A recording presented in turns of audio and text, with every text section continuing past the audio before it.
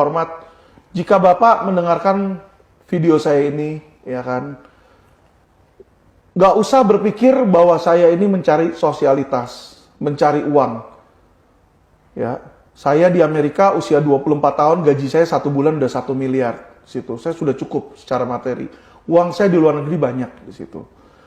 Saya cuma kasihan pada masyarakat. Saya sebagai aparat penegak hukum, sebagai lawyer, saya bersumpah bukan kepada manusia di pengadilan tinggi, bukan kepada hakim, tapi saya bersumpah kepada Tuhan di situ bahwa saya akan membela masyarakat yang tertindas.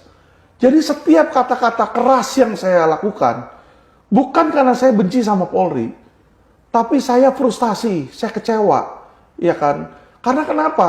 Kewenangan untuk menahan penjahat, kewenangan untuk menyita aset, bukan kewenangan saya sebagai lawyer. Apabila undang-undang memberikan, advokat kamu boleh menyita. Saya saat ini tidak akan duduk berbicara di podcast. Saya akan melakukan tugas saya sita-sitain, saya tangkap-tangkapin penjahat. Tetapi Bapak Kapolri yang terhormat, tugas penyidikan, tugas penangkapan para penjahat, tugas menyita aset-aset tindak pidana itu ada pada kepolisian. Dan saya tahu saya tidak bisa melakukan hal-hal tersebut. Makanya disitulah kami sudah membuat aduan. Aduan kami tidak ditanggapi, malah korban-korban yang mengadu itu diintimidasi balik, Bapak. Disinilah kami mau menggugah, ya kan? Apakah polisi masih punya rasa malu? Iya kan?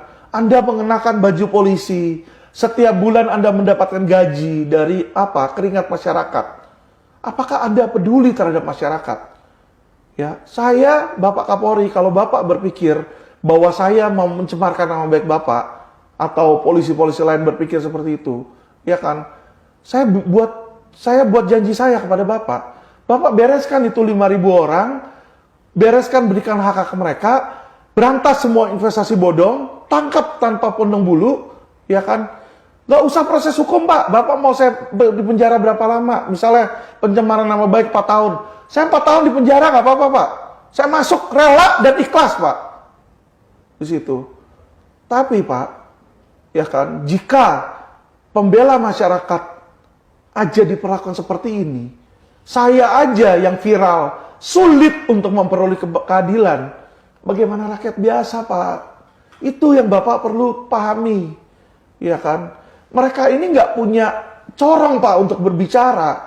Mereka pun cuma bisa punya nangis, stres, bunuh diri, gantung diri, minum disinfektan, macam-macam itu. Kasihan, Pak, masyarakat, Pak. Ya, saya menggugah. Kenapa saya bilang seperti ini? Ya kan? Saya nggak tahu kitab suci teman-teman masing-masing apa, Bapak Kapolri apa. Tapi kitab suci saya bilang, Tuhan bilang, kasihilah sesamamu seperti kamu mengasihi dirimu sendiri. Seperti kamu mengasihi Tuhan Allahmu. Jadi kalau Bapak Kapolri mengembangkan tugas dan sayang pada Tuhan, sayang nih masyarakat ini. Masyarakat inilah yang membuat Bapak tuh terpilih menjadi Kapolri. Yang membuat Presiden terpilih menjadi Presiden. Jadi kalau Anda sudah kehilangan hati nurani di situ, ya kan? Lalu apalah gunanya jabatan Kapolri? Ketika nanti kita meninggal dipanggil sama Tuhan, Tuhan nggak akan melihat Listio Sigit Kapolri, tidak. Listio Sigit, perbuatan baik apa yang kamu lakukan? Perbuatan jahat apa yang kamu lakukan? Disitulah kita diadili secara adil. Bukan pengadilan di dunia yang bisa disogok, Pak. Tuhan tidak akan bisa disogok nanti. Jadi saya mohon kepada Bapak Kapolri, selama Bapak menjadi Kapolri, takutlah akan Tuhan. Jangan takut kepada siapa yang mengangkat siapa saingan politik Anda. Lakukan, masyarakat bisa lihat. Ketika Anda baik dan mengasihi masyarakat, masyarakat akan mendukung Bapak. Itu saja, Pak, yang saya ingin sampaikan.